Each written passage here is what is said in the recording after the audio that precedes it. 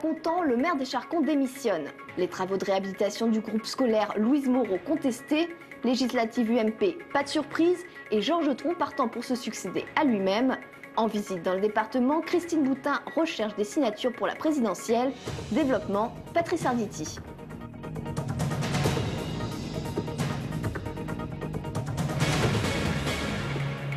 Bonsoir, Nicolas Sarkozy. Hier soir à la télévision, 16 millions de personnes pour écouter le chef de l'État qui a laissé en suspens la question de son éventuelle candidature, mais en se positionnant néanmoins entre les lignes. Nicolas Sarkozy qui viendra en Essonne jeudi prochain, très exactement à Longjumeau, pour parler logement. Cela dit, revenons à hier soir. Crédible, le président de la République, offensif ou sur ses gardes? Question posée à un certain nombre d'Essoniens, bien sûr.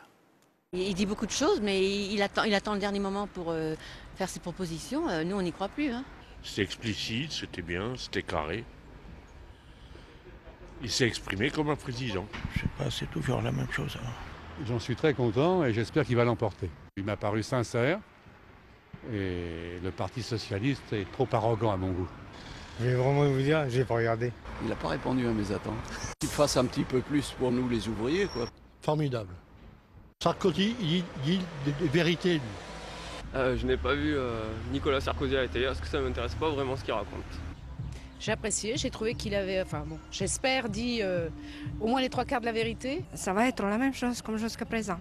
J'ai regardé un petit peu et je trouvais qu'il était quand même logique et les pieds sur terre. Je pense que les Français lui ont fait confiance en 2007 et peut-être que là, ils vont bien réfléchir. Bon, comme d'habitude, c'est du 50-50. Christine Boutin était en Essonne également aujourd'hui. La candidate pour le parti chrétien-démocrate a décidé de visiter les villes et villages présents sur la route de Compostelle pour recueillir les 500 parrainages dont elle a bien entendu besoin pour se présenter à l'élection présidentielle. Aujourd'hui, elle se trouvait donc dans notre département. Audrécoll a pu la croiser. C'était à Mauchamp, le premier village d'une longue liste. Ces visites, elles sont courtes, 30 minutes pour convaincre les maires. Je vois toutes les communes, je passe dans toutes les communes, que ce soit les petites communes ou les grosses communes, les gens de droite, les maires de droite ou les maires de gauche, pour essayer de les sensibiliser à ces parrainages qui sont nécessaires pour ma candidature. Apparemment, ça a l'air de débloquer un peu depuis la fin de la semaine dernière, un petit peu plus. Aujourd'hui, je suis à 245 à peu près, je ne sais pas à l'unité près parce qu'il y a des possibilités, des promesses, mais enfin, je suis à peu près à 245, j'espère être à 300 à la fin de la semaine. Ceux qui pensaient que le président de l'UMP 91 n'allait pas se présenter à sa propre succession pour les prochaines législatives en sont pour leurs frais. C'est un Georges Tron en pleine forme qui a été réinvesti par décision des instances nationales. Philippe Hocquart, le maire de Bièvre, se lance pour succéder à Pierre Lasborde, ayant choisi de ne pas se représenter. Et puis côté socialiste, il faut rappeler quand même qu'il y a déjà plusieurs semaines que les jeux sont faits. Là, de ne pas être suffisamment entendu, il a démissionné. Je veux parler de Robert Coquidé, le maire d'Écharcon. Il veut ainsi rappeler sa demande ferme de sortir son village de la communauté de communes du Val d'Essonne, qui selon lui ponctionne beaucoup plus qu'elle ne donne. Il compare par exemple les sommes que la communauté de communes dépense pour Vers-le-Petit par rapport à ce qui est dépensé pour entretenir la voirie de son village, c'est-à-dire rien. Nous touchons 3 400 € par an en attribution de compensation. La totalité de l'attribution de compensation reversée aux communes par la CCVE, c'est de l'ordre de 8,5 méga-euros. Nous, 3 400 €. Pour donner une idée, Vers-le-Grand touche la même chose pour 5,2 Grand Vertois. 5,2 Grand Vertois égale 800 Écharconnais. Moi, je demande au préfet d'abord qu'il m'écoute, parce que je lui ai demandé un rendez-vous il y a 2 mois. Par lettre recommandée, je n'ai pas eu de réponse. Les travaux de réhabilitation à Morangis du groupe scolaire Louise Moreau, regroupant 15 classes, sont contestés par l'association Bien Vivre Ma Ville et les fédérations de parents d'élèves. Le projet, il prévoit de reconstruire seulement 12 classes et non 15 et de créer une annexe près du centre de loisirs, mais à quelques centaines de mètres. Certains parents d'élèves refusent absolument catégoriquement. On voit ça avec Claire Colombel et Calypso Pétrou. Depuis près de 40 ans, les élèves de cette école reçoivent un enseignement dans des préfabriqués. La structure vieillit et le maire de la ville lance des travaux de réhabilitation. Le projet, d'un coût de 3 millions d'euros, prévoit de reconstruire 12 classes sur les 15 de l'établissement avec des bâtiments modulaires modernes. Une annexe, avec les 3 autres classes, devrait être construite à 600 mètres de là, à côté du centre de loisirs.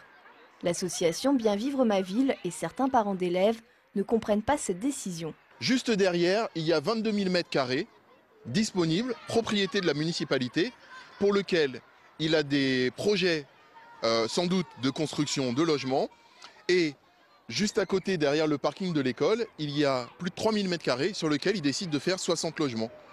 Au lieu de mettre à Tenant, ou presque, puisque son souhait c'est de séparer l'école pour qu'il n'y ait pas un gros groupe scolaire, eh ben, il est séparé, on met un grillage, on met une palissade, et il y a une rue naturelle qui coupe ces deux terrains, dans lequel on pourrait complètement proposer aux enseignants, aux parents et aux élèves de rester dans le même secteur. Le maire justifie son choix. Il veut une école plus petite pour améliorer la qualité de l'enseignement et souhaite utiliser et développer la structure déjà existante du centre de loisirs. Concernant le problème d'une école sur 2 lieux, il avance déjà des solutions.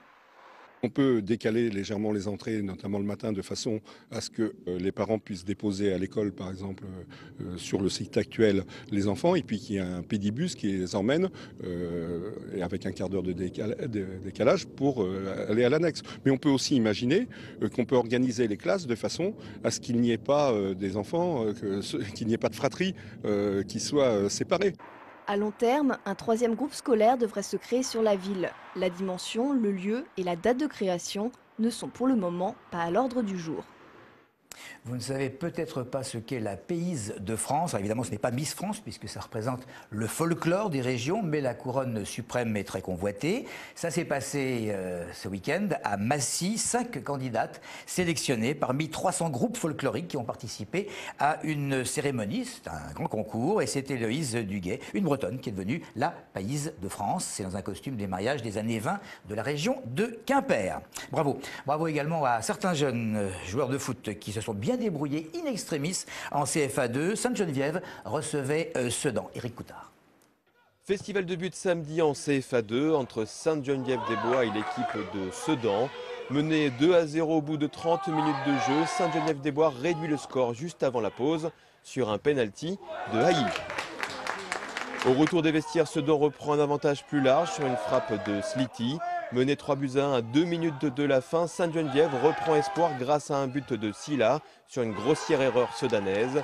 Durant les arrêts de jeu, les Essoniens égalisent et prennent les points du match nul, un mini-casse du siècle. On va être réaliste, hein.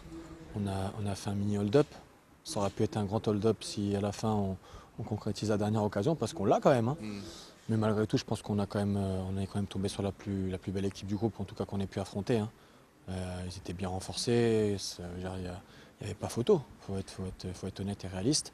Maintenant, on ne va pas cracher dessus, hein. On a réussi à faire le dos rond, à continuer à travailler malgré tout, avec nos moyens, avec nos envies, et on a réussi, ça a payé sur la fin après un cadeau, et on réussit à revenir au match à 3-3, et c'est un bon point de prix en tout cas. Voilà, je vous rappelle l'information selon laquelle le président de la République se rendra à Longjumeau jeudi en milieu de matinée pour parler logement. Et c'est à 18 h, le même jour, que le ministre de l'Intérieur, Claude Guéant, sera également sur place. Mais lui, il parlera vidéosurveillance. Merci de votre fidélité.